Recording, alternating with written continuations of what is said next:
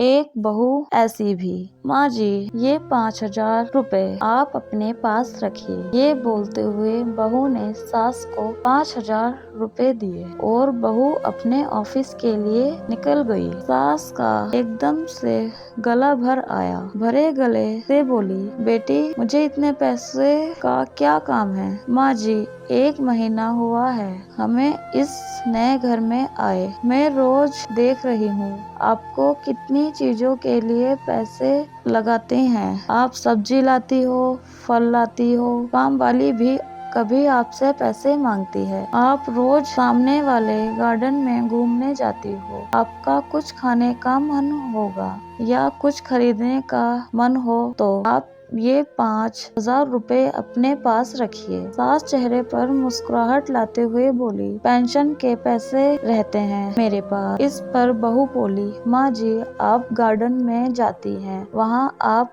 Friends बनाइए। कभी मन हुआ तो पिक्चर देखने जाइए, पार्टी दो, पार्टी करो, अपनी जिंदगी खुलकर जियो माँ जी। इन्होंने मुझे बताया कि आपने बहुत मुश्किलें उठाते हुए इस घर को संभाला है। बड़े भैया अपने घर में खुश हैं, दीदी अपने ससुराल में खुश हैं, हम भी खुश हैं। अब आप किसी की या कोई भी चिंता किए बगैर खुश रहें, सिर्फ अपने लिए जियो। जो आपके मन में आए वो करो। मैं जानती हूँ आपने अपनी कितनी मुश्किलें उठाई हैं इस परिवार को संभालने के लिए। इस घर को बनाने में भी आपकी कई इच्छाओं का गला घोटा गया है। बस जो हुआ सो हुआ। अब आप सिर्फ और सिर्फ खुद के लिए जियो। एक बहू ऐसी भी। बेटी इतनी छोटी उम्र में इतनी बड़ी बड़ी बातें कहाँ से सीखी तूने? माँ जी, जब मैं 12 साल की थी तब एक दिन मेरी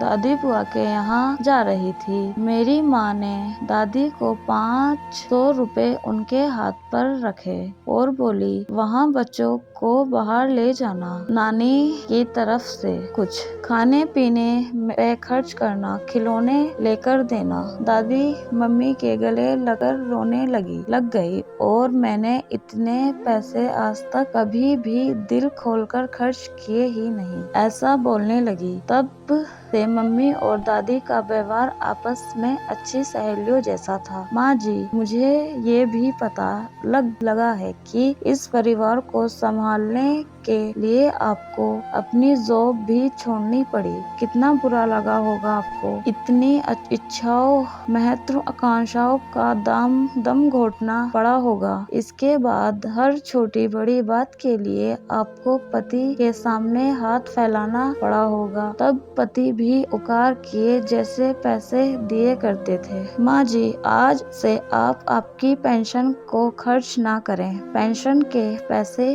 अपने पास ही रहने दीजिएगा। अगर मुझे कभी भी आवश्यकता लगी तो मैं आपसे ही मांगूंगी। बस बेटी, सब कुछ आज ही बोलेगी क्या? तुझे ऑफिस में देर हो रही है, जल्दी जा। मुझे बोलने दो माँ। यह भी मैं अपनी खुशी के लिए ही कह रही हूँ। मेरी माँ हमेशा कहती है कि 6, 7, 16, 17 घंटे में काम करने वाली महिला को कोई समझाता ही नहीं है। लेकिन तुम अपने सास की मेहनत को ध्यान में रखना। प्यार बुनोगी तो प्यार ही उगेगा। सास ने डबडबाई आंखों से बहू को गले लगाया और आंखों से ओझल ना हो तब तक दरवाजे में खड़ी रही। बहू के आने पर मैं इस घर की 4 दीवारी में बंद के रह जाऊंगी, ऐसा सोचा था। पर बेटी, तूने तो दरवाजा खोलकर मुझे बाहर का आसमान दिखा दिया। किसी की बेटी